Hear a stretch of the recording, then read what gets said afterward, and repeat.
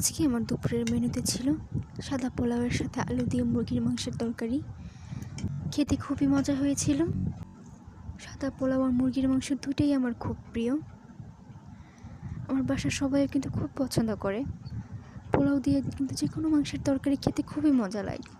বিশেষ করে সেই মাংসের তরকারিতে যদি আলু দেওয়া থাকে তাহলে তার কোনো কথাই নেই। এটাই ছিল আমার আজকের দুপুরের খাবার।